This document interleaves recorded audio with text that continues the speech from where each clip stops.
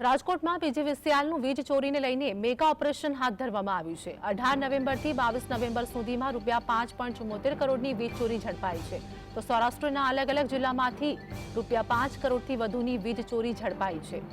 તેમજ માત્ર રાજકોટ શહેરમાં જ ₹1.63 કરોડની વીજ ચોરી ઝડપાઈ, તો પીજીવીસીએલ દ્વારા ભુજ, બોટાદ, મોરબી, રાજકોટ ગ્રામ્ય વિસ્તારમાં ચેકિંગ હાથ ધરાયું હતું। સંવાદદાતા લકીરાજ અમારી સાથે જોડાઈ ગયા છે। વીજ ચોરીની અંદર વાત કરીએ કે અનેક લોકોની ધરપકડ અને આ સાથે જ સખત કાર્યવાહી, હાલની શું અપડેટ?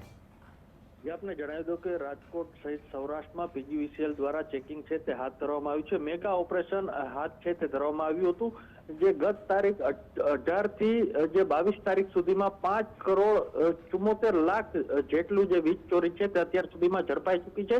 સૌરાષ્ટ્રના અલગ અલગ જિલ્લામાંથી આ જે વીજ ચોરી છે તે ઝડપાઈ છે। ભુજ, બોટાદ, મોરબી, રાજકોટ સહિતના ગ્રામ્ય વિસ્તારમાં જે વીજની ટીમ દ્વારા પીજીવીસીએલની ટીમ દ્વારા ચેકિંગ હાથ ધરવામાં આવ્યું હતું, તેમાં મોટા ભાગે લંગર વાયરથી આ વીજ ચોરી થતી હોવાનું તપાસમાં ખુલ્યું છે। જી આભાર લકીરાજ, માહિતી આપવા બદલ।